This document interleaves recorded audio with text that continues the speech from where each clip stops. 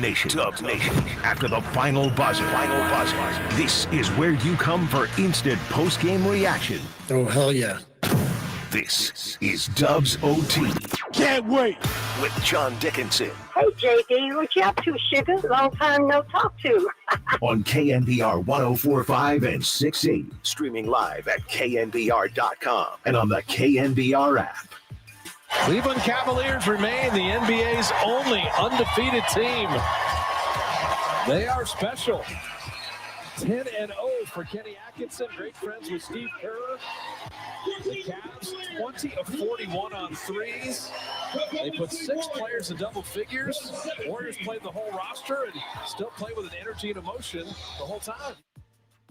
All right, welcome in. It is Dubs OT with JD here on a Friday night on The Sports Leader. That was ugly. Second half better than the first, but the Warriors never in this one as the Cavaliers thump the Warriors. 136 to 117 is your final. And the first half in particular, we were talking about it with Larry Krueger there before we got things rolling at the end of Niners Nightly.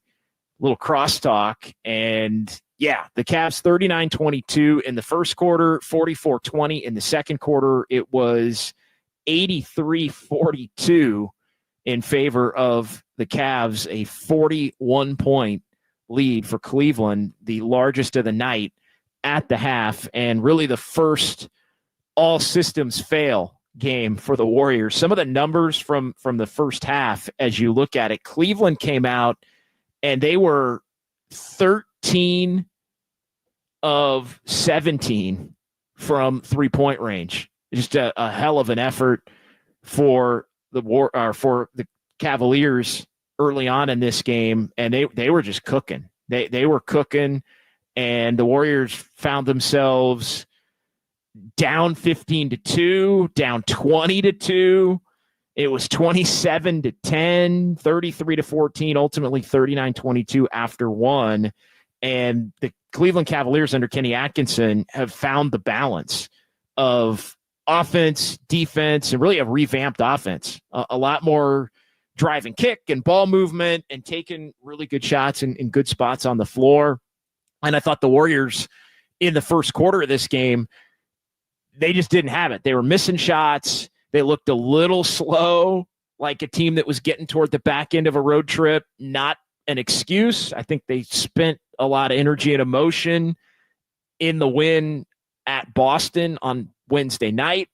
I think blowing the 31-point lead before winning the game in Houston took a little bit out of them, but they went with the GP2 defensive-oriented starting lineup tonight, and they just didn't score early, and they weren't defending early. And when you go with a defender next to Steph Curry in the backcourt with Andrew Wiggins, Draymond Green, and Trace Jackson-Davis, or a non-shooter, and you don't play well defensively, which is supposed to be a hallmark of this team.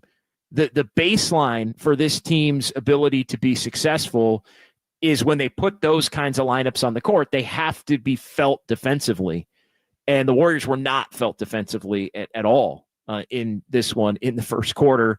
Cavs were making everything, but they were getting great looks. The Warriors were blitzing pick and rolls, and the Cavs were taking it to the cut. They were drive and kick. I mean, all those things. And they were just smoking to begin the game from three-point range. Darius Garland got going. Okoro was making threes and defending. I mean, it was just the Warriors are turning the basketball over. They're missing shots, and they just got blitzed in the first quarter. And the Cavs are the kind of team we saw last year, a less effective offensive team, but they have really good guard play, guys who can play on the perimeter and shoot it, guys who can drive to the bucket, guys who can create. Garland and Mitchell really can create for each other and for others. And then they have Jarrett Allen, who can do things on the interior and rebound and defend and help anchor a defense. And Evan Mobley is an extremely skilled player. So they've got the size, and they've got the guard play, and they've got depth. And they are the kind of team with the way that they're built that has the potential to frustrate the Warriors. And this is the third straight game over the last 2 years, all games played in November, where the Cavs have really kind of had their way with the Warriors in a lot of ways. And they, as I mentioned, have really fixed up their offense. So impressive win for the Cavs. Cavs have not lost yet on the season. Another one of these barometer games for the Warriors, playing the Celtics in Boston and coming out of it with the thrilling win Wednesday night. And then tonight, a Cavaliers team that's more whole than the Celtics and off to a better start, 9-0 coming in, now 10-0. And so the Warriors measuring themselves against some teams that are off to as good or better starts than they are. And they're able to get one, and then they get smoked in this one. And now they'll go on to Oklahoma City. The Thunder are up 20+ at home right now against Houston, and that'll close out the trip. So 808 KNBR, 415-808-5627, as it is Dubs OT with JD here on The Sports Leader, 136 to 117. Let's react to this one. Does it change your opinion at all of where the Warriors stand in the Western Conference and in the NBA landscape? The fact that, hey, best team in the league the first 2+ weeks of the year, team that has a bunch of skill set and body type players that can hurt the Warriors when they're playing well. You've got a coach who knows the Warriors as well as anybody, and it winds up being an impressive win for them and the first true clunker for the Warriors on the season. So we appreciate everybody watching on YouTube and Twitch as well as we get things going here on this Friday night. We also have the Golden State Lumber and Building Materials text line open for you. And Greg Silver is in our San Francisco studios along with Kyle Haar tonight. We'll hear from Greg coming up momentarily, but let's get to the phones. Our tip-off caller of the night is Fozzie in the East Bay, who is holding on to talk to Larry about some Niners, full disclosure. And we're like, hey, Fozzie, we know you're watching the Warriors game. At least you're probably watching the first half of the Warriors game. Might have turned it off at halftime and went on with your Friday. Decided to call Larry at halftime. But it's like, yeah, you can talk some Warriors as well. You're a multi-talented, diversified caller, Fozzie. We go. What's up, JD? Yeah, I called Larry. You know, I gave up on the Warrior game somewhere halfway through the third quarter. We all did tonight, my man. We all did. Yeah, but you know what? With the Warriors, man, you hit it up right on the nail, man. If you go defensively with GP2 and, TJD, you got to do one or the other, but you can't miss on both, not being there defensively and not being there to help offensively. And it hurt the Warriors bad early on in the first quarter, and they just weren't able to recover. But I will say this, that Cavs team, man, they look legit, man. They kicked our butt twice last year. You said that too. And then they go and get our guy, Kenny Atkinson, man. He was a great coach for us. I know all the players loved him. But now that they have him as a coach and he knows all our, plays and stuff like that, it was a recipe for disaster, and that's what it looked like today. But I called you last week, and I told you that this road trip, I got the Warriors going 2-1, and I knew we were probably going to lose this one because of the size that Cleveland has and the hot start that they got going on. But am I still a believer? I told you last week no, but I think the Warriors are serious, man. I think this team is really good, and you know what? We'll see what this next game looks like against OKC. I think we bounce back, and then we'll see what Clay Knight has for us on Tuesday. Cheers, boys.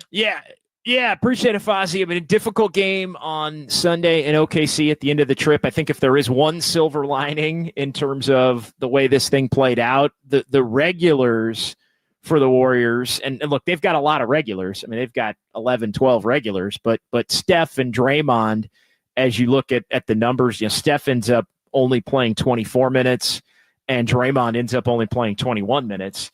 So they go to OKC and they wind up playing the Thunder on Sunday evening. It may feel a little bit less like the final game of a long 5-game, 10, 11-day road trip for the Warriors. And so maybe they've got a little bit more in the tank, but they're going to need it because Oklahoma City, I think when you look at how well the teams that the Warriors have played here in this stretch and have the Oklahoma City game coming up, the Cavs have played better than anybody among Cleveland, Boston, and OKC. I think OKC, if we were power ranking, Boston's been a little banged up. We talked about that the other night. Didn't have Jaylen Brown or Kristaps Porzingis. I think the Warriors were able to take advantage of that, as is the case frequently in the NBA. You take advantage of some injury help situations when you get them. Take nothing away from the Warriors' ability to win that game, but I think the Celtics banged up and not maybe playing as well as Cleveland, who I'd put at the top of the mountain, and tonight just further confirmed it. And then OKC, I think, has been the team that's been the second best team in the league, and their only loss is in Denver the other night. So, and they're, like I said, up 26 now in the fourth quarter at home against the Houston Rockets. So you look at where they are at right now heading into the game on Sunday, and they're going to be 8-1 and 4-0 on their home floor. So again, I think this is back-to-back going to be two really true tests for the Warriors, and they're going to have it geared up in a big, big way if they're going to get the finale of this road trip. 808 KNBR 415-808-5627. Dubs OT with JD. Final score tonight. This one was over early, really at the end of the first quarter with the Warriors down 17. They got blitzed in the second quarter as well. 44-20, down 83-42 at the half. They did win the second half. I don't put a lot in that other than, hey, they fought. That's great. I don't think really there was any individual performance that stood out. I know Jonathan Kuminga did have 21. He did keep playing. He actually kept it from being worse in the first quarter, but I don't really think Kuminga, although he did have a stat line that was, at least in terms of the counting stats, probably the best of the night. And I think you could make the case he was the Warriors' best player tonight, leading them in scoring with 21 and the 5 assists and 6 boards. I don't really think he impacted the game in the moments that truly mattered a whole heck of a lot.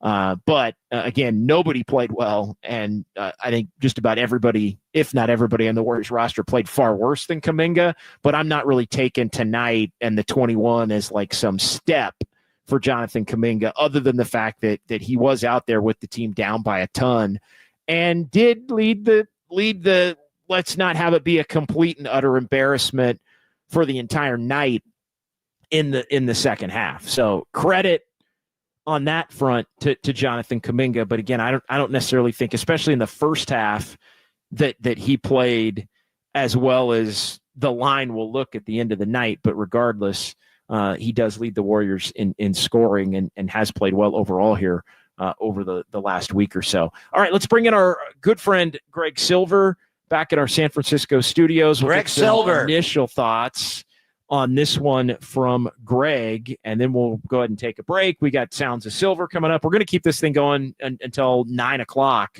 tonight, as we always do here in this Sports Phone time slot, and it is Dubs OT tonight. But, yeah, Greg, just some general thoughts on this one. I mean, impressive win for the Cavs. Warriors do a clunker, and on the road sometimes that happens, and tonight it just wasn't the Warriors' night.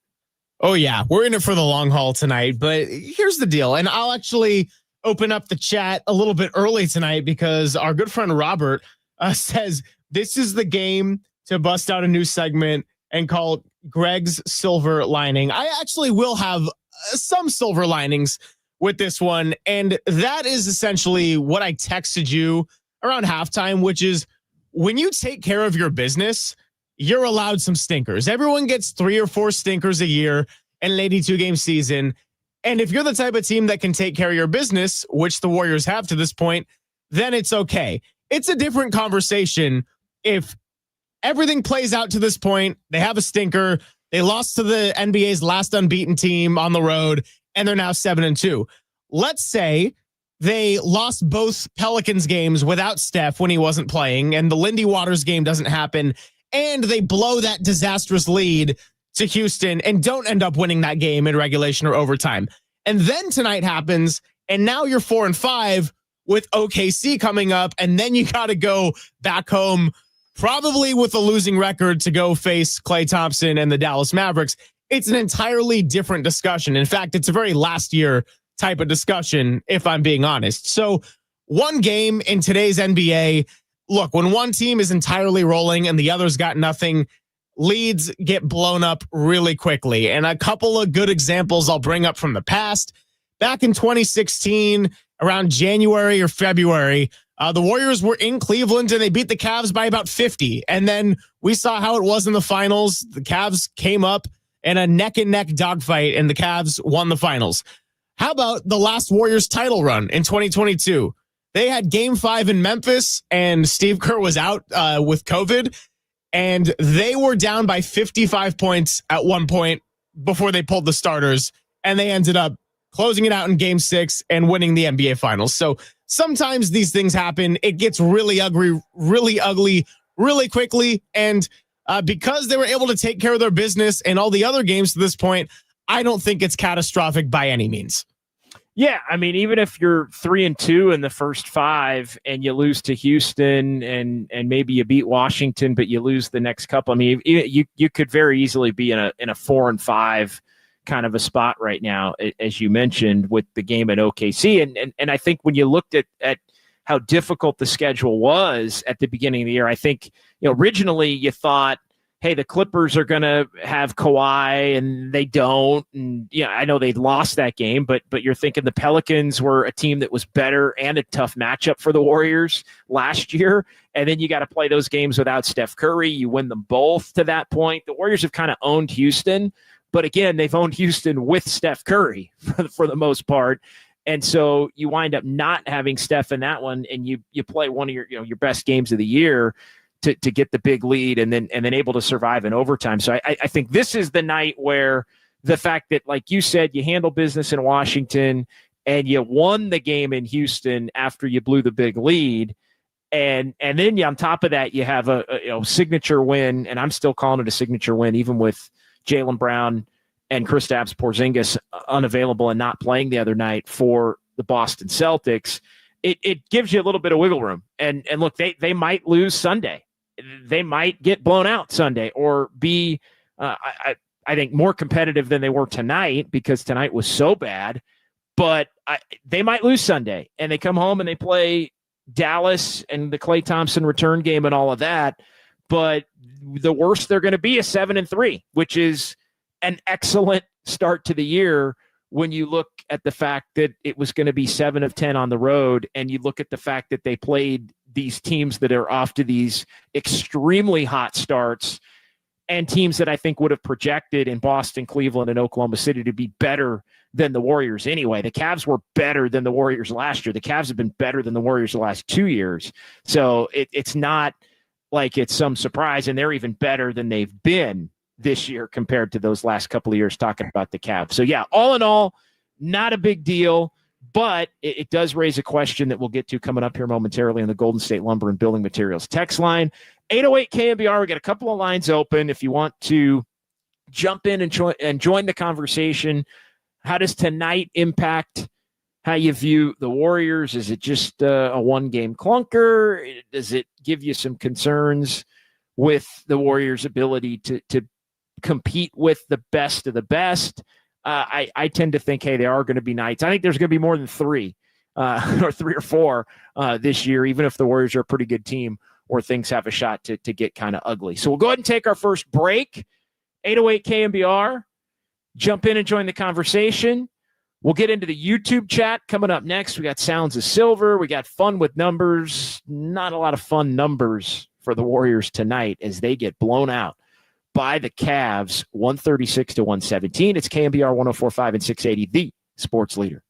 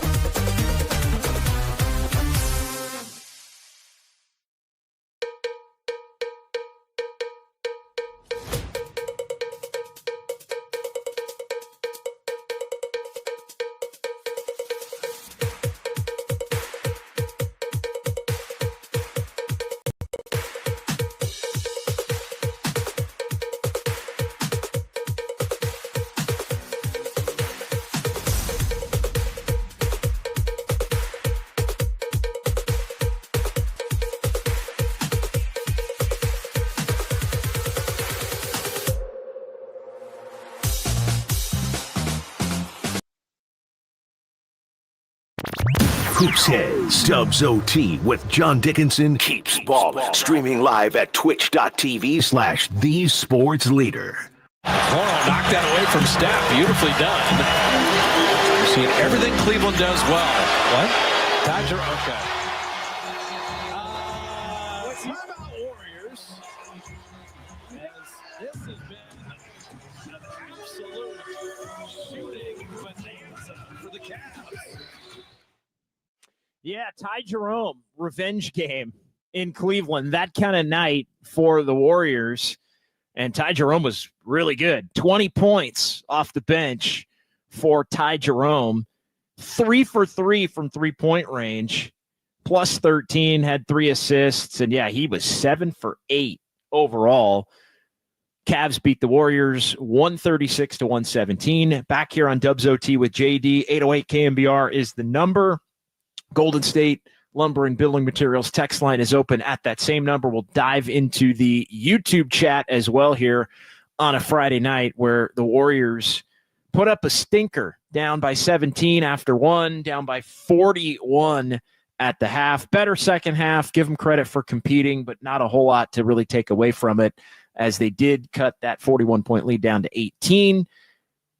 But the Warriors, not nearly enough to really make a game of it at any point tonight. They dip to 7-2. Yeah, Ty Jerome, revenge game, as the Cavs become the 4th team since the year 2000 to start a season 10-0 in the NBA. And you look at it, you remember one of these teams, the Golden State Warriors 73-9 team, started the year 24-0. So they were the last team to start 10-0, was that team that won 73 games. So the Cavs doing that at 10-0. Dallas in 02-03 started 14-0, and Philadelphia in 2000-2001 started 10-0. That was the Allen Iverson that was the big Allen Iverson MVP year when they went to the finals and lost to the Lakers. The Mavs that year went to the conference finals, lost to the Spurs, who ended up winning the title. The Warriors obviously lost to the Cavs in the finals after going 73-9. And we'll see what's ahead for this Cleveland team. So some pretty lofty endings for some of these teams that have the ability to be good enough to begin a year at 10-0. Back to the phones we go here on Dubs OT. Let's get to Drew Down in Tracy here tonight on the Sports Leader. Hey, Drew Down, what's going on, my man? Hey, good evening, JD. Man, definitely an ugly loss tonight. I'm sure there's going to be a lot of overreaction, from the NBA world in general. But before this road trip started, I said 3-2 would be a successful road trip. Get the first 2 against Washington and Houston, and find a way to get 1 out of 3 on the road against 3 of the best teams in the NBA. So they did that. Obviously, you want more, you want to win every game, but I think at the end of the day, if you said we're 7-2 through the first 9 games, I mean that's a pretty damn good start. So I didn't really like the starting lineup, man. Gary Payton II, Draymond, TJD against a team like that who has the best offense in the NBA. I believe that offense start was incredibly clunky. Obviously, Cleveland was hitting almost every shot. Maybe it didn't matter, who was out there, but I didn't like that lineup. It was incredibly clunky, and I love Trey Jackson. Who would you have started? Who would you have started? I'll let you finish, Drew Down, but who would you have started tonight? What would you have moved? I mean, Moody. I mean, maybe it was a little early. Melton did look good tonight. Probably a little early to throw him out there, but maybe Moody, just somebody who's a little more of a threat on offense and who's not who can still defend. And I love Gary Payton, but he's good at getting to the rim. But it's going up against Mobley and Jared Allen. There's not going to be not going to get a lot of those, those dives inside against that team. So I guess Moody, I mean, like I said, it might not have mattered, JD. I mean, this was a bad game for the Warriors, and Cleveland ran them out the gym. So I'm not saying if they started somebody else, it would have changed it. But I just felt like that starting lineup severely limited this team's firepower, and they were pretty handicapped on offense to start the game. What were you going to say about Trayce Jackson-Davis? I kind of jumped in there when you were about to go in and make a point there. So what was on your mind about? Yeah, no worries. I think a game like this kind of showed some of his limitations. I mean, his strengths are his athleticism, and he's smart, and he can be a vertical threat. But against a guy like Jared Allen, who's bigger and just as athletic as him. I thought TJD at times was kind of invisible out there and didn't really seem to do much at all. So, a game like this against certain opponents, it shows that, I don't know if we need to make a move, but, there's still big men out there who give this team a lot of problems, just like Zubac did in the Clippers game. So just something to think about. But at the end of the day, like I said, this team's 7-2, but these slow starts can't be the norm. That slow start against the Celtics, slow start against Cleveland, that can't be the norm, man. They got to figure out a way to get out the better starts, take care of the ball a little better in the first quarter, and just credit Cleveland, man. Cleveland played their ass off. They're a great team, undefeated, and I like the way that team stayed the course. There was a lot of rhetoric about, they need to make a move. They don't have a high enough ceiling. Donovan Mitchell this, and I feel like they brought in a new coach and. They just stayed the course, and credit them. They're a really great team, and I'm interested to see how they finish the season out. So appreciate it, JD. Have a good night, man. Yeah, I like Cleveland as well, and I think credit goes to Kenny Atkinson. I think the biggest upgrade that the Cavs had in the offseason was they upgraded at the head coach position over JB Bickerstaff, and Kenny Atkinson has fixed their offense. I was on a Cleveland podcast, I think on Sunday or Monday, and I was asked, hey, from an outsider's perspective, what do you see? And to be honest, I hadn't watched the Cavs a ton in the early part of the year. I tend to watch a little more of the Western Conference early in the year and fan out to the East during football season. A lot of things going on with the Niners and being in Santa Clara and coming back up to the Bay and that sort of thing. I kind of catch the Eastern teams more when they're in the West and some highlighted games here and there. But the one thing that did stand out, and Drew Dan was right, number one offense in the NBA, like their offense just fits together better. They're just, but it is the same players. So you're thinking, well, how do you get better basically with the same team? And it's the head coach. And, Kenny Atkinson had an opportunity to go to Charlotte, ended up not doing it, stuck around with the Warriors another year. And he waited for a really talented team that I think was at a crossroads coming into the year where they've had the same guys together for a couple of years. They feel like they were a little bit capped in terms of what their ceiling was going to be. And he took a fresh look at everything that they had in terms of their talent, their depth, Mitchell and Garland, the two bigs, some of their bench guys, and he really fixed it up in terms of the offense. So I think Kenny Atkinson gets a lot of credit for the Cavaliers leveling up. Like, I don't know if they're true contenders against the Celtics in the Eastern Conference. Probably not in terms of like would I pick them to beat the Celtics if they match up in a playoff series. But the one thing I do think is in play in the Eastern Conference, Greg, and then I want to touch on a couple other points that Drew Down made that I was jotting down here.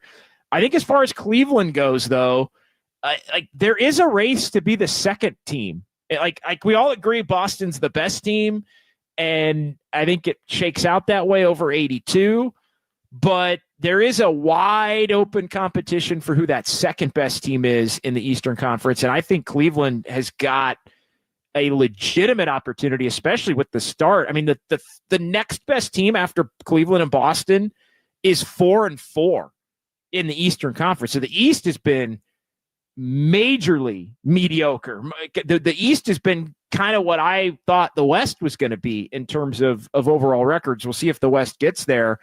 So, I mean, if Cleveland ended up bringing in Kenny Atkinson and being good enough to have the best or the second best regular season record in the East, and then was able to turn that into a conference finals defeat against the Celtics, that would be a phenomenal season, considering they look like a team that was stuck and having to look to blow it up here with the way things had shaken out the last 2 years.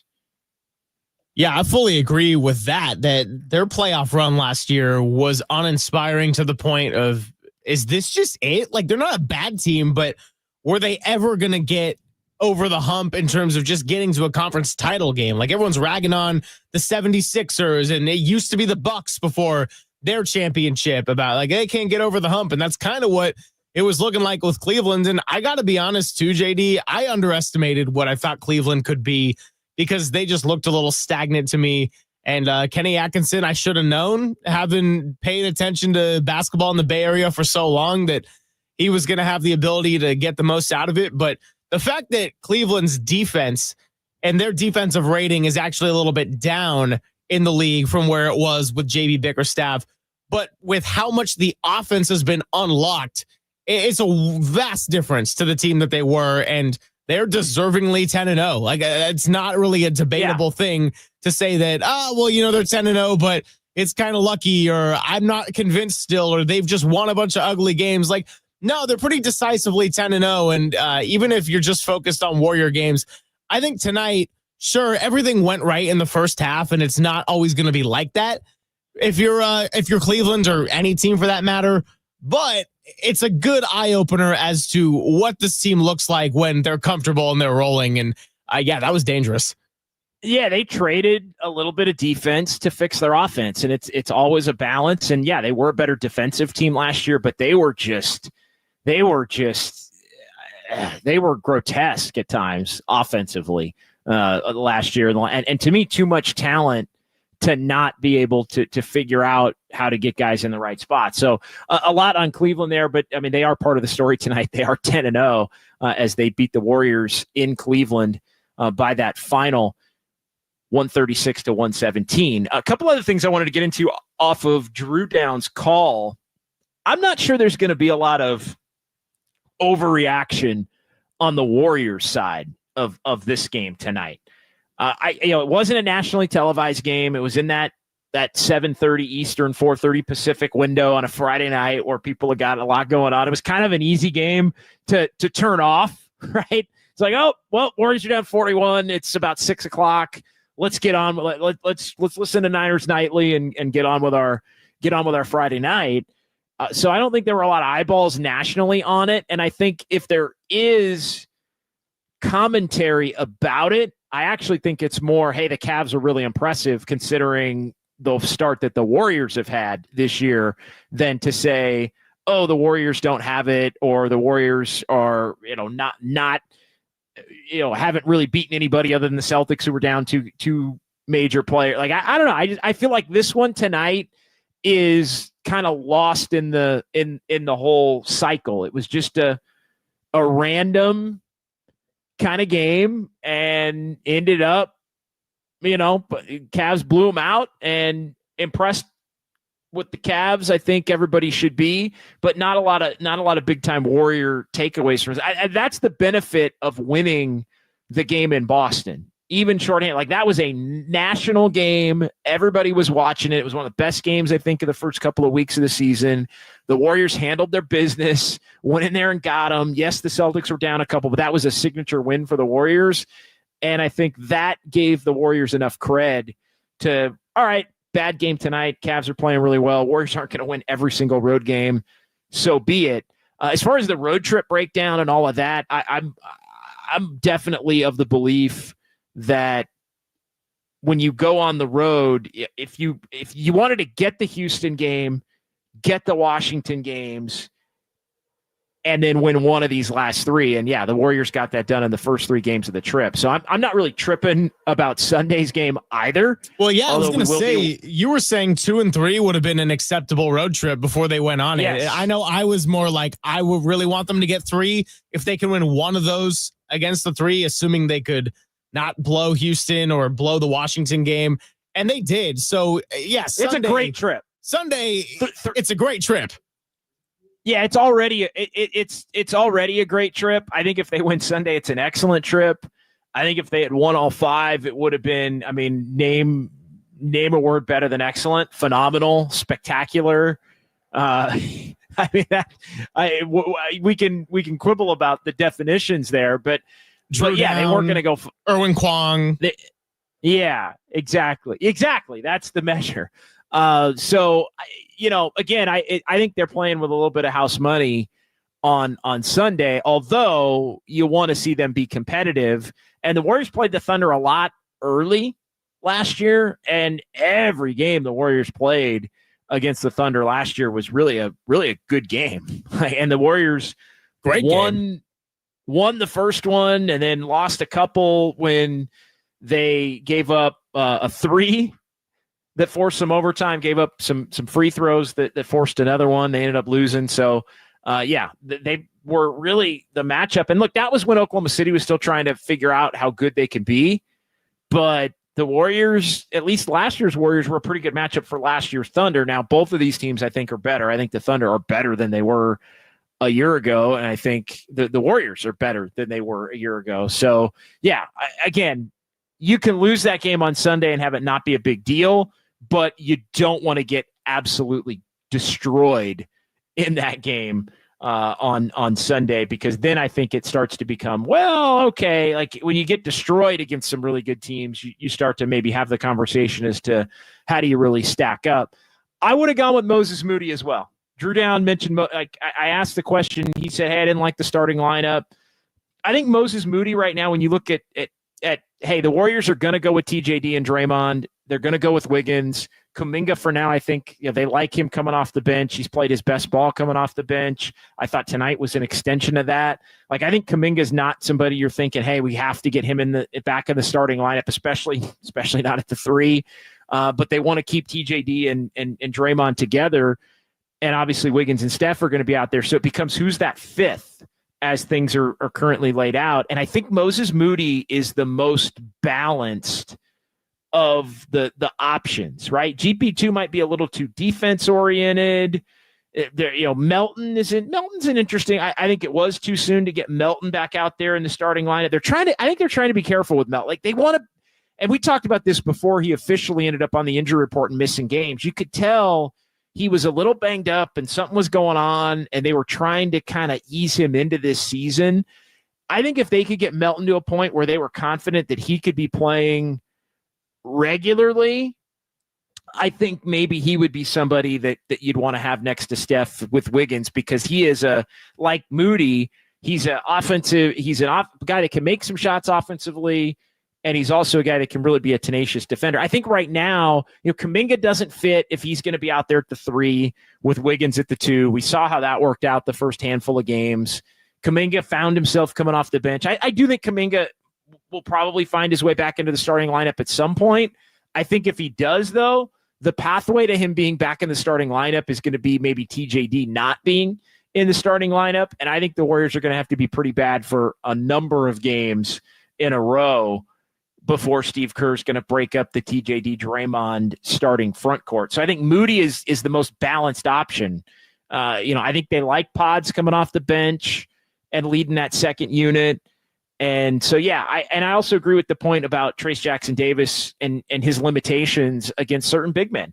Like, he is a real quality young big, but the guys who have the size and the skill and the athleticism can still be a handful for him. That being said, I don't think it's to the point where the Warriors are thinking, it's like we always go down this road whenever a big plays well against the Warriors, and Zubats did, and obviously the Cavs have some bigs that kind of made TJD a little bit more invisible. Sabonis did it in the play-in game last year. But we go down this road of, well, they need a big, like, they don't view it that way. Like, they don't think they need a big not currently on the road, because if they get that guy, then TJD's never playing. And they don't want to not have TJD play, because TJD a lot of nights is productive. So they want him to continue to grow and be able to develop throughout the course of his career as well. So I think that ends up being a big part of the equation. And then the other thing is, and I know we got to get to a timeout here. We will coming up in just a second. The slow starts, I think that goes hand in hand. The slow starts, I think, is probably the biggest takeaway from tonight that fits into the big picture, for me at least, is because they got off to a slow start in Boston. They got off to a slow start tonight. I mean, they got annihilated early in the beginning of this game tonight. And even when the Warriors were flipping games with their bench and turning early deficits into blowout wins, they weren't starting well. The game that they came back against the Pelicans, the 2 games against Portland, even in Utah at the beginning of the year, like, they are getting off to bad starts far more often than they're getting off to good starts. And it's been even with a couple of different iterations of the starting lineup. And I think a lot of that is Steve Kerr and the ability to, like, he wants that defensive presence, and at times they just haven't had enough offense. So how do you fix that specifically, I think is something that the Warriors internally are going to have to grapple with, but maybe not when they have the overall record of 7-2. So more thoughts on that coming up. 808 KNBR 415-808-5627. We jump into the YouTube chat coming up next. We got people filing in. We got a little late arriving crowd tonight in the YouTube chat. So we'll get to that coming up.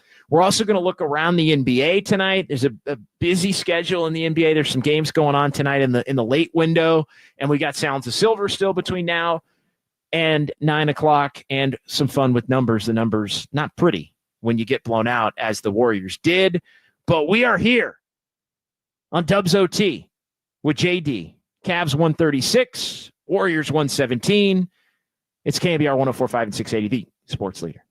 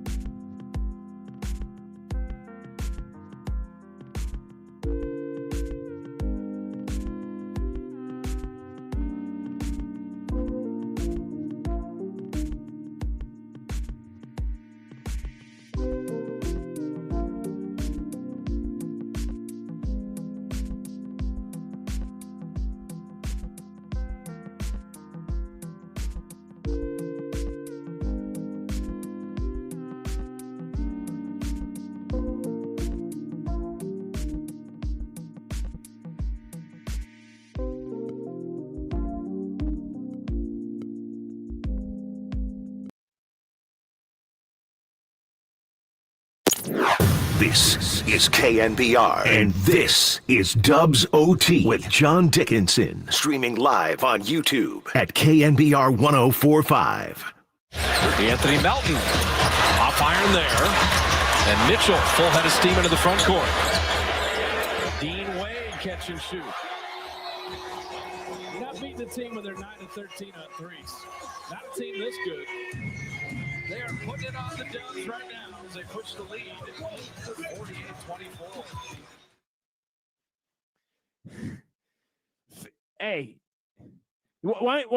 I'm not. You know what? I'm not even going to say it. I am not going to choose violence. I'm not going to choose violence in terms of my commentary. Not actual like physical violence, but verbal violence. I'm not going to choose violence. Greg Silver got in my ear as we were playing that highlight, NBC Sports Bay Area, as the Warriors lose to the Cavs 136-117. And Greg was you were baiting me, Greg, into verbal violence based on something that you said to me in my ear that nobody else could hear. How could you accuse me of this? I don't know you well at all. This is total lies. Nothing offensive or anything like that. But you really wanted me to take a shot at somebody. And I'm not taking the bait. I'm not taking the bait. It was a good old fashioned button push. You know, like I'm at the board right here. Anyone watching on YouTube and Twitch, you see this giant board in front of me. There's a lot of buttons to push. That being said, I will let the listeners behind the curtain, and we'll get to Jan here coming up in just a second.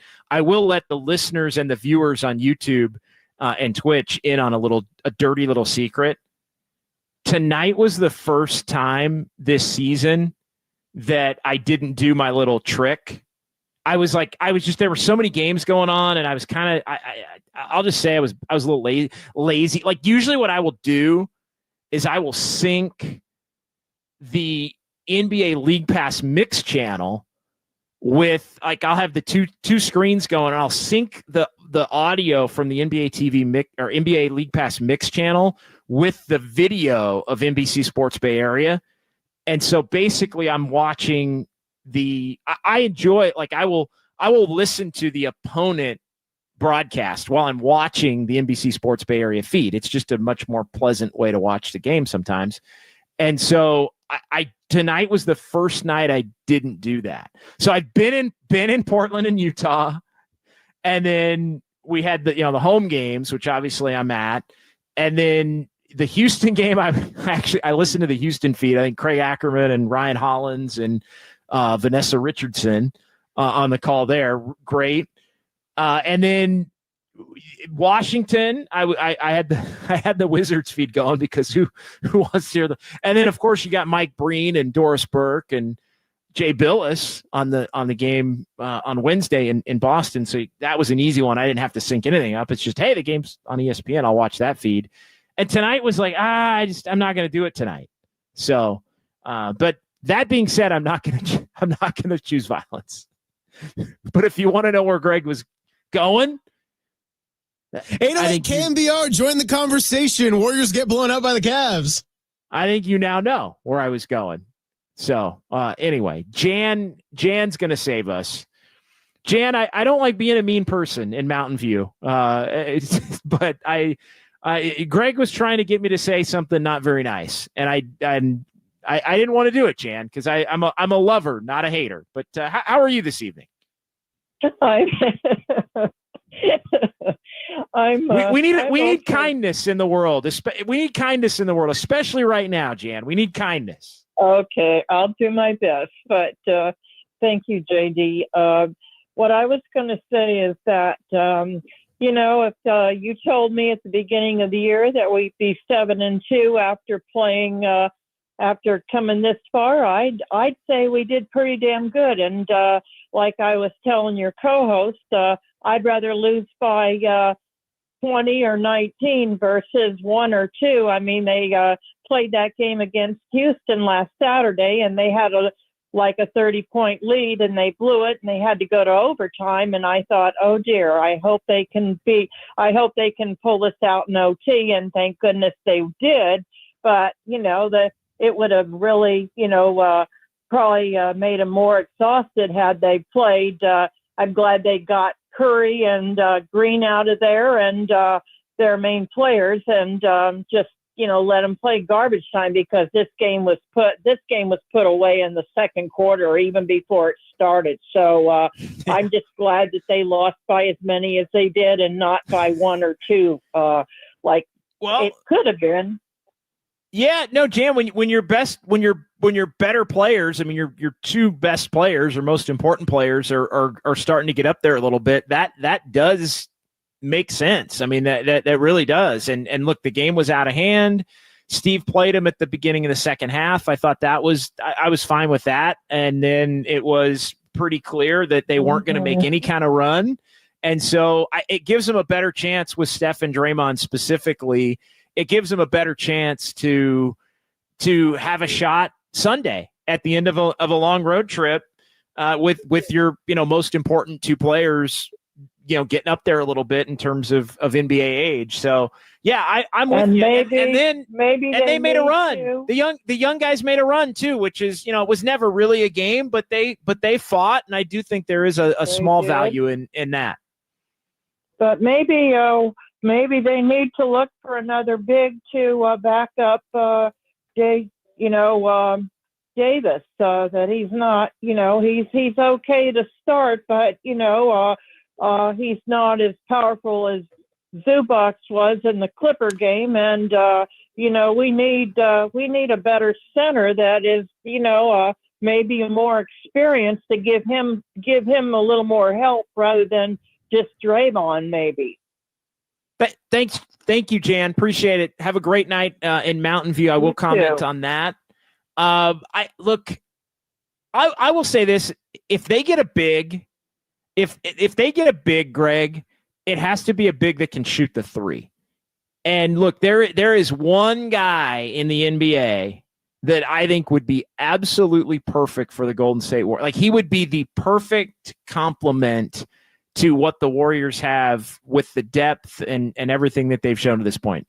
It's Bobby freaking Portis. Again, I'm not the Bucks. I know everybody, all eyes on Giannis and what's going on there, and could the Warriors get in that mix? And look, that's going to be a big part of our Just Dubs conversation tomorrow here, 11 to noon on the Sports Leader. But if everybody's focused on if the Warriors could get Bobby Portis, he can post up, he can shoot the three. And you know what else I like about Bobby Portis? Bobby Portis wants to smoke. Bobby Portis is a guy who likes to mix it up. He's got a little temper. I'm a big Bobby Portis guy.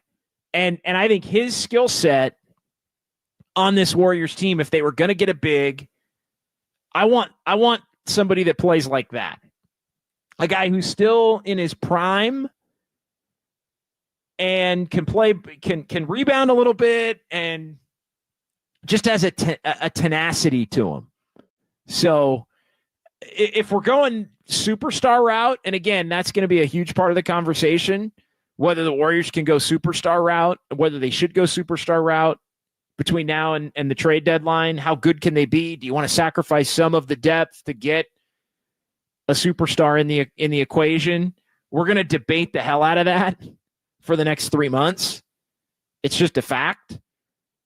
But if the Warriors do find themselves not looking to go the superstar route, then I think Bobby Portis would be at the top of the list in terms of role players who really fit and you could find minutes for and are complementary to Trace Jackson Davis and Kevon Looney and Draymond Green, who are the other guys who are going to play the five. And I'll even say this, Greg, and Bobby Portis is the kind of guy, because of how he shoots the three, that would allow you to play him with Draymond and Kuminga and a couple of guards. You get a guy like that, you can play Jonathan Kuminga more at the three, and it isn't as clunky as it's looked when he's played the three to this point this year, which I think is another bit. Now, you may have to give up Kuminga to get him, though, which I know nobody would be on board with, but maybe you don't have to give up Kuminga to get him if the Bucks continue to really plummet here to begin the year. But that was also a lot of our talking point around the potential Markkanen trade, through those 3 months from the late spring and summer into free agency and the offseason, when Markkanen trading for him was a possibility, a very attractive possibility for a lot of Dub Nation. And one of our big talking points that we went back to is that actually eliminates the whole urgency to make Jonathan Kuminga be able to play a small forward in the Warriors offense. So I hear you. You're probably not getting a Bobby Portis without trading Kuminga, just because I think that any trade the Warriors make, no matter how, to a certain level, there could be always like the small AJ Pollock kind of trades, as we like to bring up in KNBR, the sports leader. But that's a different story for another day. If you're trying to go get someone that is really going to help you and be a top 6 player for your team, Jonathan Kuminga is going to be the most attractive trade prospect because of his age, his potential, and the contract that he's currently on right now, which he'll have to get paid by somebody. 808 KNBR 415-808-5627. Golden State Lumber and Building Materials text line open. We'll get to that coming up here, but I do want to get into our YouTube chat tonight here on The Sports Leader, and I'm got to click some screens around here. Robert, early on here as we hit the airwaves tonight, I think it's safe to say Cleveland is a major problem. I would agree with that. I think they can be the second best team in the Eastern Conference. I think that's spot on. San Jose Jazz fan 4, Ty Jerome. Yeah, we're talking about Ty Jerome. Warrior fans hated Ty Jerome. I was joking with a buddy in Cleveland about how much Warrior fans really hated Ty Jerome. Steve Kerr loved Ty Jerome. And I think Kenny Atkinson liked Ty Jerome well enough to give him some run here. 20 points, 21 minutes, plus 13. Impressive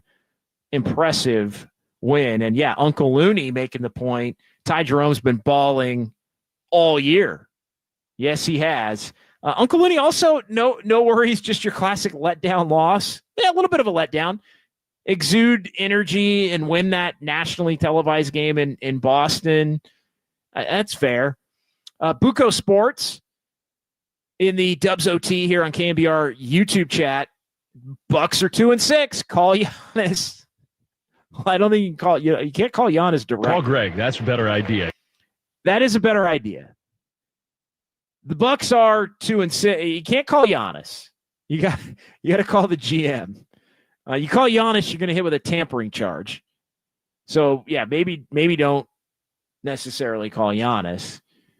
But yeah, some other ones here in the YouTube chat as we roll on here, and we'll get back to the phones coming up in just a moment. Yeah. Ty Jerome was low-key was a 50-40-90 guy for the Dubs. That's so great. Andis Brown, JD still breaking down the tape. Appreciate you, Andis. Yeah, in real time. We tried to do a little real-time tape breakdown. Now I gotta go back. Actually, I'm going to be honest, there probably won't be a rewatch of this game. There probably won't be a rewatch because I'm getting on a plane to go to Tampa at like 5:30 tomorrow for the 49ers and the Bucks. So I don't think I'm watching on the plane tomorrow morning. And I don't think once I get to Tampa, I'm going to be watching the game either. But yeah, Buco Sports, who chimed in about Giannis, except for the Cavs and Celtics and Suns, all teams have been losing. The Suns have been impressive, and they won at Dallas. They've been crushing it. The Suns have really been crushing it. I'm sorry, they've won a few different. They won at Dallas earlier in the week. Dallas won tonight against Chicago. Or no, that was a couple nights ago. I got my screens messed up again. I got too many screens going, Greg. Got too many screens going. Phoenix won at Dallas tonight, 114-113. Controversial ending. I'm like, wait a minute. I was watching that game, and then I was looking at my scoreboard, and it was a different night on the scoreboard, and I didn't realize it. So yeah, blame too many screens there. But yeah, everybody, Ebe here. Warriors starting lineup, 3 non-shooters. They'll always be behind early. Yeah, they got to balance that out. I think Moses Moody or DeAnthony Melton is the best option to play with Steph and Wiggins and TJD and Draymond. I also think at some point, it's not going to happen if the Warriors keep winning, but I think at some point Steve Kerr may look to go in a different direction with TJD in some matchups, but he's not going to do it right now. Not going to do it right now. Andis Brown, more specifically, the starting lineup for the Warriors was a bad matchup against the Cavs. Not enough shooting, not enough spacing. Yeah, when you don't play defense at a high level, and the Cavs do have, the Cavs have quickness. They have guys who can shoot it, but they have quickness. They spread the floor, they drive, and then they have the bigs, which is always a problem. Uncle Looney, you could see this loss coming. Schedule loss. I don't know if it was a schedule loss, but it was when you're running the gauntlet that the Warriors have had on this road trip, it's significant. It's again, you exude the energy that the Warriors did in Houston. You get the win against Washington. You exert a lot of energy against Boston. And then, one of these last two, I think you would think that you might have a clunker in there. Now, you don't want to have the clunker in terms of getting down by 41.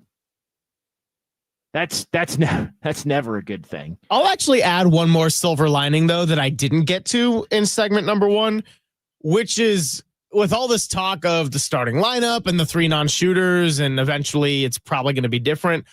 I'm really glad that DeAnthony Melton was able to get some minutes. I think Melton and Podziemski getting minutes tonight after missing some time, that matters before you play OKC. In the same way that I was really thrilled to see Steph back for the Washington game on a minutes restriction before they went and played Boston. No, I would agree with that. I mean, DeAnthony Melton, I think this is the second time on this trip, and you just nailed it. Second time on this trip where the Warriors had guys who I thought were going to be out longer than they were actually out, came back and played. And I think that, I didn't think DeAnthony Melton was playing on this road trip, let alone tonight. So the fact that they've been cautious with him and he's getting healthier, like DeAnthony Melton has the ability to be a big time contributor for the Warriors. Yeah, a lot of discussion in the chat about the lineup tonight. And it's fair, but as long as this team's winning overall, I think they're not going to look to make changes to breaking up the TJD Draymond component to it. And I think Wiggins is starting, and I think Steph Curry obviously is going to be starting. So who's that fifth is going to be, I wonder if Kerr would at some point go back to Kuminga.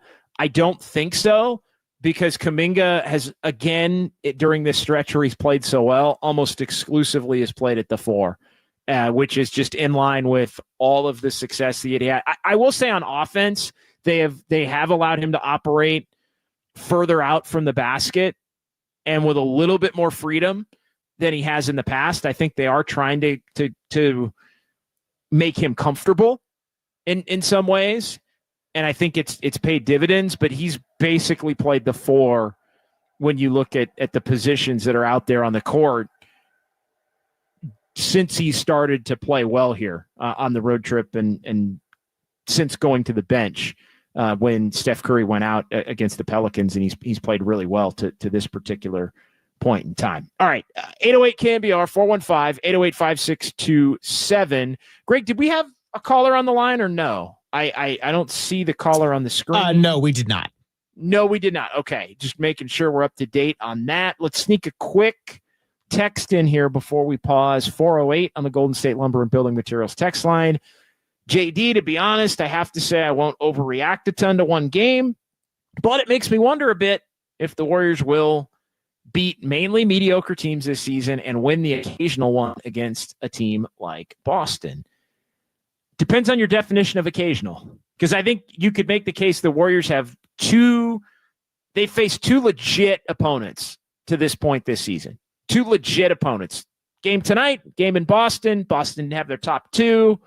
I think Boston's a better team than the Warriors overall when they're fully healthy. But the Warriors did win that game, so I think I think they're 1-1 in the barometer games this year on the road. So I think it's jury's still out as far as that goes. 650 chiming in as well. First ugly game for the Warriors this season.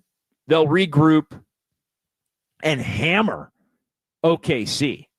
I don't know about hammer OKC, but you want to see it be a little bit closer to what we saw in the Boston game as opposed to what we saw tonight where the Warriors got thumped. And look, I think Oklahoma City, if we're comparing the teams stylistically, Greg, Oklahoma City's a lot more like Cleveland than they are the Celtics in terms of guard play and bigs who can do some things. Although again, I mean, Chet Holmgren is a different kind of big, a big that can dominate in his own way. And the Thunder still are, if there's one thing the Thunder may still not completely have, it's a lot of just abject size, but they haven't needed it to this point. And Chet Holmgren still in his own right is a hell of a big. So 808 KNBR, 415-808-5627.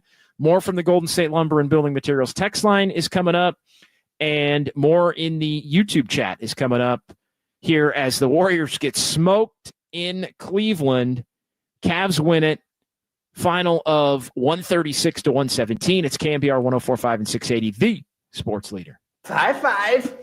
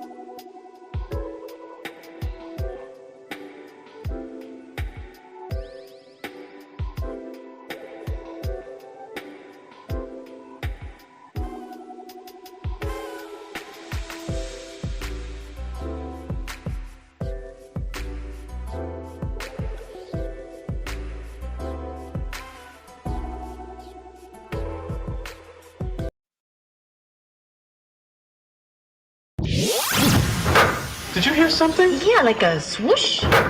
Yeah. Dubs OT presents the sounds of silver. Streaming live on YouTube at KNBR 1045. All right, Warriors get smoked in Cleveland, 136-117, down by 17 at the end of 139-22, and then it got even worse in quarter number 2, and all systems fail for the Dubs as the Cavs outscore Golden State 44-20 in the second quarter. Warriors did win the second half, 75-53, but they still lost by 19 and were never closer than 18 in the second half. So Warriors fall on the road for the first time this season. They're 7-2 overall, still good enough to be third in the Western Conference behind Oklahoma City, who they'll play on Sunday, and the Suns, who got a win at Dallas. The Suns now pacing the Western Conference along with Oklahoma City and right up there with Cleveland, who improved to 10-0 for the best record in the NBA to begin this season. More thoughts and musings here between now and 9 o'clock on the NBA scoreboard and a quick look at the standings. We got the Lakers and the Sixers going at it down in Los Angeles, and we've also got the Clippers and the Kings going at it tonight over in Sacramento, as those are the final games on the docket on this Friday night. Let's get to Sounds of Silver. More on the Golden State Lumber and Building Materials text line, more from the YouTube chat as well. But it is that time. We bring in Greg Silver and we get the best of the post-game press conferences and locker room from Cleveland. I got to think it was a quiet, blunt, short, and to the point Steve Kerr following this game. Yeah, we're going to go with 2 from Steve Kerr and then 1 from Moses Moody, 1 from Brandon Pajemski, and 1 from Kevon Looney. As you can imagine, Kerr probably had some better quotes after the big win in Boston than he did after a game like this. But nonetheless, I still think he said some things worth noting. So this first one is just about accountability and blaming himself for the slow start that the Warriors had tonight. I mean, they were ready to play, obviously, and took it to us. I think it was 20-2 right out of the gate. So give them credit. They were fantastic. I didn't feel like I did a great job the last 2 days of getting the guys ready to play. But this was all about Cleveland and their performance. They were phenomenal. Yeah, Cleveland was outstanding, and pretty short and to the point.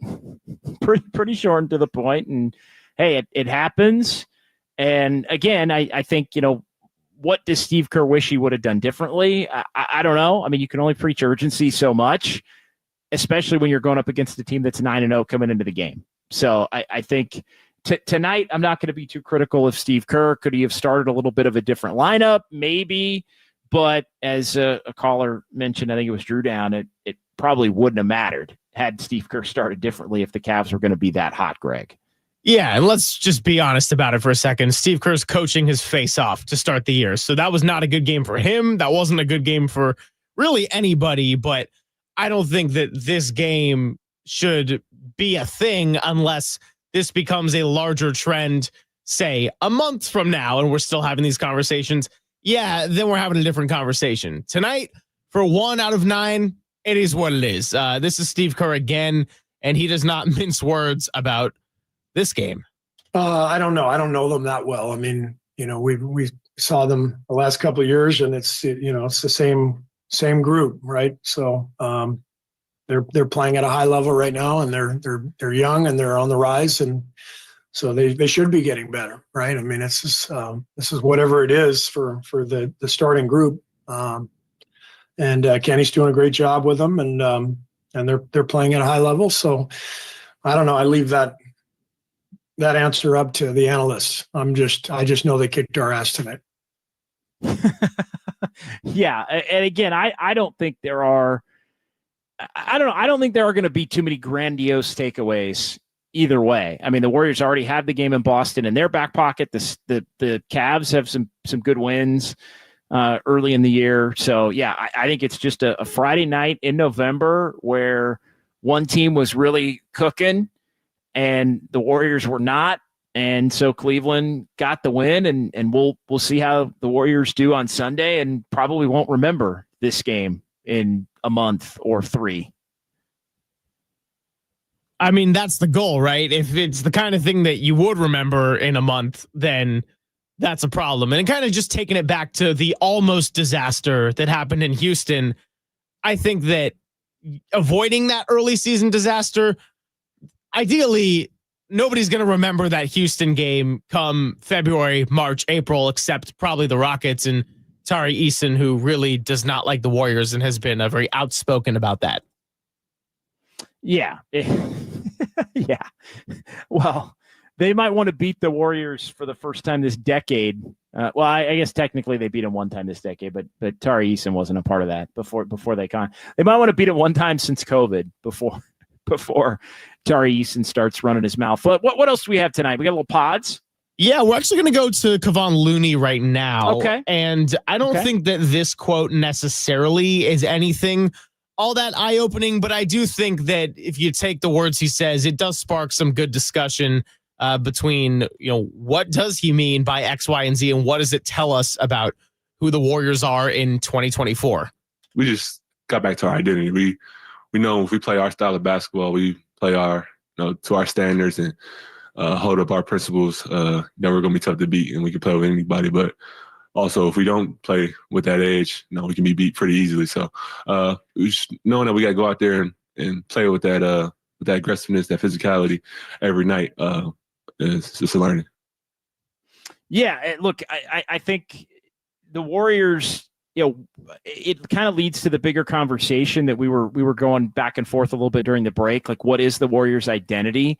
I think the Warriors' identity is defense first, which is why Steve Kerr made the decision to start Gary Payton II, even against the top scoring team in the NBA. You're thinking, hey, let's slow them down defensively and try to cut the head off the snake in that way. And then you hit them with your depth, and the Warriors offense has been much better when they started to infuse the bench players into the game. And I think it's ball movement and it's transition and pace. But I think everything starts, and this goes back to the first Steve Kerr press conference in the preseason before they went to Hawaii and training camp and all of that. He wants the identity of this Warriors team to be defense. Again, GP2 in that lineup, the TJD Draymond combination, Wiggins and Kuminga starting together to begin the year at the 2 and the 3 respectively. In the it's all hinging toward that identity of wanting to be an elite defensive club. Yeah, and what I kind of take away from it too, JD, is that the Warriors are absolutely good enough and deep enough to give teams problems, even the best in the league and the best offenses, like a Boston, even without Jaylen Brown. That said, they're also not good enough and not just star-struck talented enough to go out, not play their game, and not pay for it.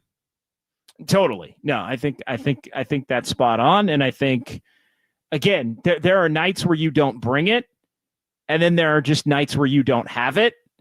I felt like tonight, and you can disagree, I want to get your take on this as well. There are nights that you don't bring it and nights you don't have it. I thought tonight was more of a night where the Warriors just didn't have it than that they didn't bring it. That's tough because with the way they responded in the second half and cut it from 41 to 18, yeah, I know the Cavs stopped making every shot, but part of the Cavs making 13 threes, it's like they were getting good looks. And I know you touched on that early in the segment. I think, yeah, to some degree they didn't have it, but when you don't have it and you don't bring it, it gets really bad really fast. So I'm going to say they didn't bring it too. I don't disagree with what you're saying, but I also think there's truth to they didn't bring it on a night when they probably didn't have it anyway. I think I can roll with that. There's a reason, and look, it's fair game. Like we can have a discussion. Like I'm not a big, hey, you were down 40 but cut it to 18 guy. I'm not saying you are, but like there's a reason. Like I haven't mentioned much about the second half because I truly don't think the second half matters a lick. Like it's like, hey, great, you competed, cool. Like you ended up losing. Like anybody that didn't really watch the game and looks at the box score and doesn't really look at the quarter score is going to think, oh, the Warriors got beat by 19, no big deal. Like no, they got eviscerated in this game in the moments that truly mattered. And then the Cavs kind of went cold and let their foot off the gas a little bit. And yes, to the Warriors' credit, the back end of the roster guys from 6 to 13, 14 that were out there in the second half competed. So you do get but again, I think that like cool, that's awesome. But I think that's a one night story as opposed to like anything that translates to anything else. Yeah, I mean, that's all fair to say, too. Let's get to these last couple before we take a quick break and do fun with numbers, final thoughts, and all that. First, let's hear from Brandon Podziemski, going back to the accountability theme. People always talk about Podziemski carrying himself like a vet, acting like a vet. I know for some of Dub Nation, it could bother them a little bit. I know other members of Dub Nation that absolutely love it. Here's what he had to say about the responsibility that falls on him and 2 Hall of Famers. Yeah, I think getting to our 5 spots, I think a lot falls on me and Steph and Draymond of getting us organized into things. I think we did a better job in the second half. But just like I said, when things aren't going well, how can we just keep opening up vocally to our teammates instead of just looking internally? I'm guilty of that same thing. As a point guard, you got to get your team into something, especially when they've scored a couple in a row. What's something we can get to get a bucket? And I think we kind of did that in the second half, but I think we also didn't have to do that as much because we were getting stopped. Brandon Podziemski, 21 going on 37. You're on Dubs OT. There's a reason he ends up talking a lot at the podium, and it's because he just kind of knows what to say, even for one of the Warriors' youngest players on the entire roster. That's kind of what stands out to me. Like, he likes doing it, I think, because it's a leadership thing for him. Like, I think he wants to be a guy that is among the guys that end up talking. But I think this probably gets thrown around too much, but there is a wisdom beyond his years there in terms of those answers. Yeah, and the other thing I wanted to throw out there as well is that Steve Kerr also said in postgame, and we didn't play this cut, but also had a good 30 seconds discussing getting organized, the lack of organization they had, and just kind of the offense never really getting into a rhythm until the game was well out of hand. So interesting. I don't know if those two conferred at all in between post-game appearances or whatever, but very interesting to hear both Podziemski and Steve Kerr kind of be on the same page about, hey, this was really disorganized from the jump. And in the second half, we did a better job of it, but it didn't really make a difference in the end. Let's go ahead and hear from Moses Moody tonight. Moses Moody on the night, as you look at his final line in the game that, again, the Warriors got smoked in this one, but he ended up 17 minutes, 11 points. I think tonight is a night where I don't know that it would have necessarily made a difference, but tonight's a night where I look at Moses Moody only playing 17 minutes and I go, how did that happen? Like, and I'm not somebody, and you know this, Greg, I'm not somebody that does that every night. Like, there's a certain portion of the Warrior fan base and some even in the media that every night he's like under 20 or even 25. It's like, what's going on here? He should have played more. Tonight, I feel like he probably should have played more. Yeah, not that it would have made the difference in the outcome. No, I mean, it wouldn't have. And I, at the same time, agree with you on that. The 17 minutes does seem a little bit light for how this one ended up going. And Moody had some nice plays down the stretch, too. So, yeah, you said the second half comeback effort doesn't really mean a whole lot. I think Kevon Looney did cite it as a positive. I would say, based on what Moses Moody was putting out at the podium, I think he disagrees. And here's what he had to say. Yeah, not to keep dropping quotes, but they say don't judge a man in times of comfort, judge him in times of I forgot them, but it's like judge them in time of uncomfort. But just seeing that we got that, being down like that and being able to keep fighting and keep the pressure going and not even pay attention to the score as much as paying attention to what we're doing on the floor, that's a telltale sign of a good team. There you go. I mean, who am I to disagree with Moses Moody, Greg? Talk about wise beyond their years. Yeah, no, he's right there. And I mean, yeah, sometimes you forget, I think, how young Moses Moody is, but you can see why the Warriors absolutely like Moses. Moses Moody, by the way, not that much older than Brandon Podziemski. at this point. Only 22 for Moses Moody. But he's got to have. I'm trying to get. He's only 22, and he already had his birthday this year. He's not like I'm thinking. Well, his birthday's got to be in like November, December, right? No, still only 22. I have to say, I'm a little bit bummed out seeing how mature Brandon Pajemski and Moses Moody are at their age, which is younger than me, while sometimes tricking myself into thinking like, oh, I've done pretty well for myself at the station here at the age of 25. No, okay, let's come on. We're doing radio and we are essentially messing around talking about sports. I have a good time, but just hearing them speak is a reminder of like, hey, dude, there are levels to this. You're not that. Hey, how do you think I feel? I'm just kidding. I'm kidding. I'm kidding. But it's that generation, man. It's impressive. It's an impressive group of people, to be sure. All right, good stuff tonight in Sounds of Silver. I thought that was one of the better ones. Good pacing to Sounds of Silver tonight. A lot of, on a night where there wasn't a lot said, I thought really we kind of hit the right notes from Steve and the players. Good audio quality, Greg. Audio quality always very important. Big audio quality show. Big audio quality show. It just happens to come on a night where the Warriors were out of the game by 5:15. It happens.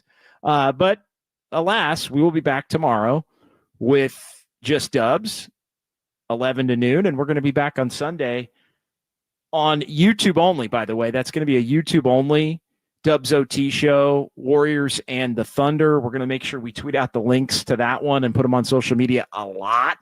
We're going to get that one out to the people because we are going to be in Sunday Night Football on KNBR because of the early Niner game. And from Tampa, it'll be Dubs OT with JD and Greg Silver. Maybe a more truncated edition since we're not going to be over the air, but we'll try to do a good hour depending upon how the game goes. And so really looking forward to that. All right, let's go ahead and take take a quick timeout, and then we'll come back. We'll get some fun with numbers. That's a real short segment tonight, and we will call it a night here as the Warriors get beat by the Cavs, 136-117. It's KNBR 104.5 and 680, the sports leader.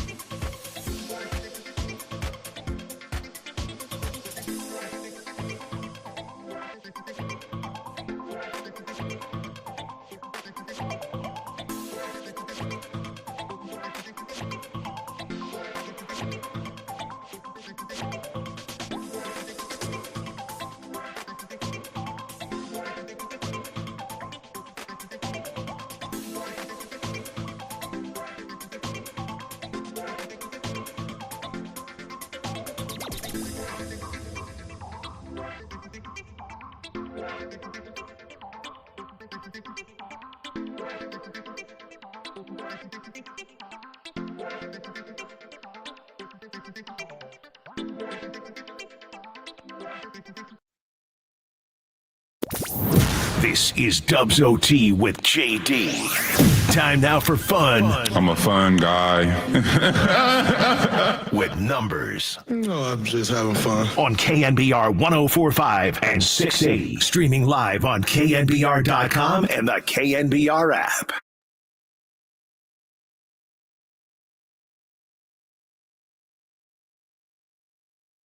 Kuminga lost the handle there. Here comes George Niang, the lob. What? Hustle by Pajemski. Knocked that away and saved the dump.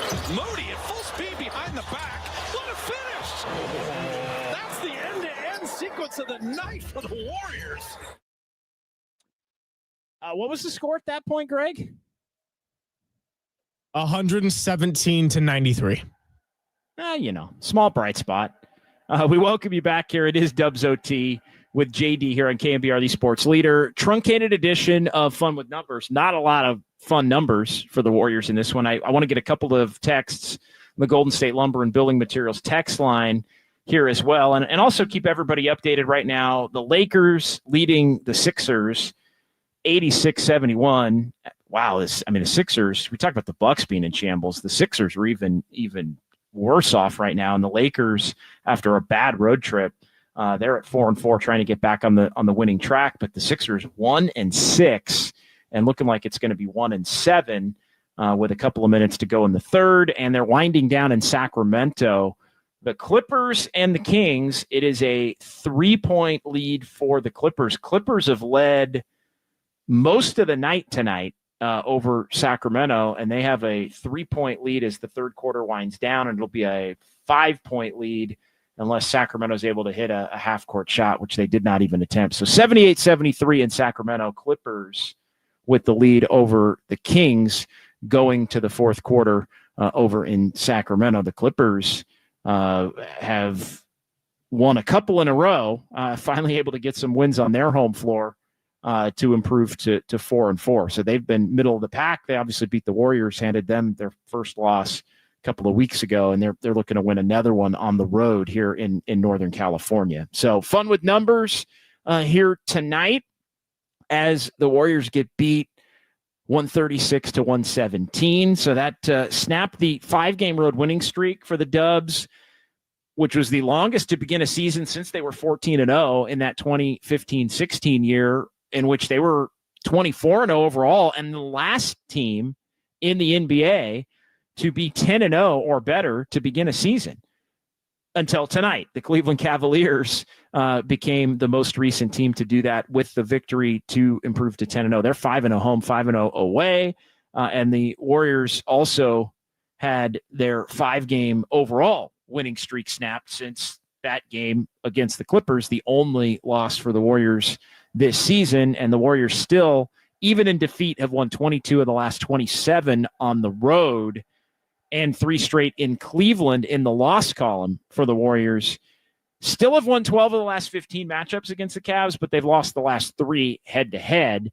The 2-game sweep from a year ago, and then the game early here. They play again December 30th at Chase Center right before the new year. It'll be the final game for the Dubs in the calendar year of 2024. Warriors did have 30 assists tonight. 5th time this year they've done that. First time they lose when doing that. And the Warriors end up with a nice game from Jonathan Kuminga as he got his second 20-plus point game of the year. Again, I don't think he necessarily played as well as the stat line, but the stat line looked pretty solid. Season high was 6 boards. He had 5 assists. So again, the counting numbers are pretty good for Kuminga. I think he probably was the Warriors' best player in the game tonight. But again, everybody else was really, really, really, really bad. DeAnthony Melton back in action and Brandon Pajemski back in action. The Warriors had a full roster tonight for the first time in quite some time. You got to go back to the 3rd game of the year, the last time the Warriors had the full complement of everybody in their top 13 available to play. But the Cavs throttle the Warriors in this one, 136-117. to 117. Final thoughts here, Greg, and then we'll take a quick look. Actually, let's take a quick look on the around the NBA tonight. We were talking about a lot of the games of note in the NBA. Boston won a close one at home against Brooklyn tonight. Phoenix, one of the games of the night, they beat Dallas 114 to 113 in Dallas. And so the Mavs have dipped now to 5-4 on the year with the loss in that one. Suns are 8-1, and we talked about it right there at the top of the Western Conference with Oklahoma City, and the Warriors currently third. Timberwolves have gotten it rolling after a 3-3 start. The Nuggets have gotten it rolling after a 2-3 start.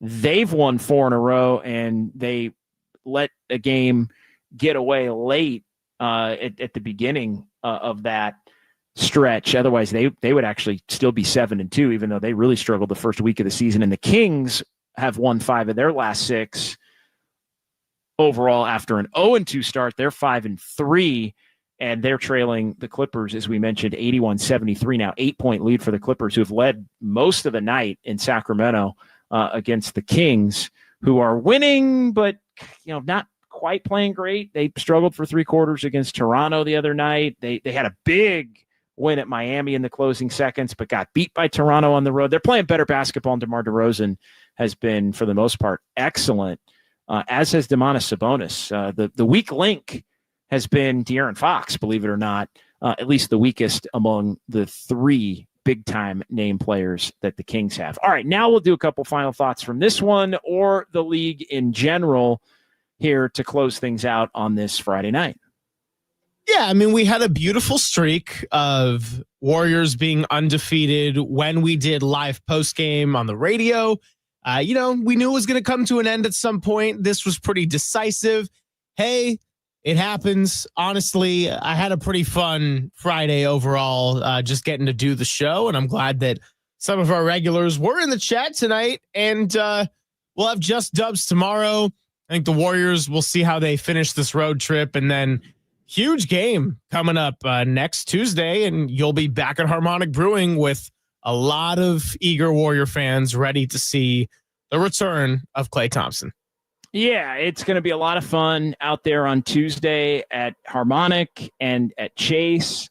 And we'll see everybody with the 18,000 captain's hats for Captain Klay. That's going to be really cool coming up on Tuesday. But first, it's Oklahoma City to wrap up the trip.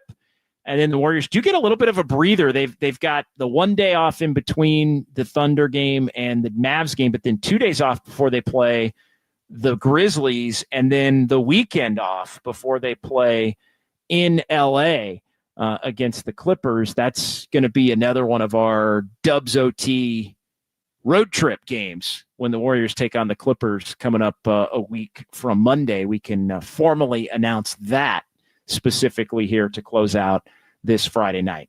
Great stuff tonight, Greg. Really appreciate you, my man. We will talk on the YouTube only edition of Dubs OT Sunday right around 6:15, 6:30. I'll be in Tampa. Greg will be in San Francisco, and we'll get you a full throat post game with a lot of thoughts off of that one, and then back at Harmonic on Tuesday. For Greg and for Kyle Haar and anybody else that I need to make sure that I thank tonight in San Francisco. Is it just a Greg and Kyle night? Well, we have Cole Lapelt doing hard work for the Cal football game, so I'm going to count him in there.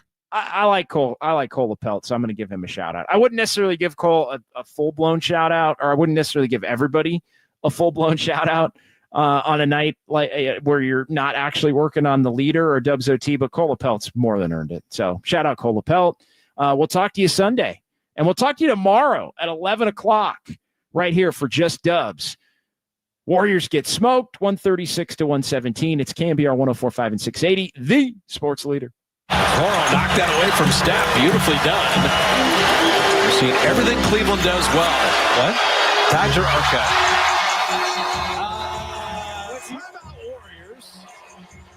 As this has been an absolute shooting bonanza for the Cavs. John Dickinson. No, God! No, God, please, no! No! Big audio quality show. I just know they kicked our ass tonight.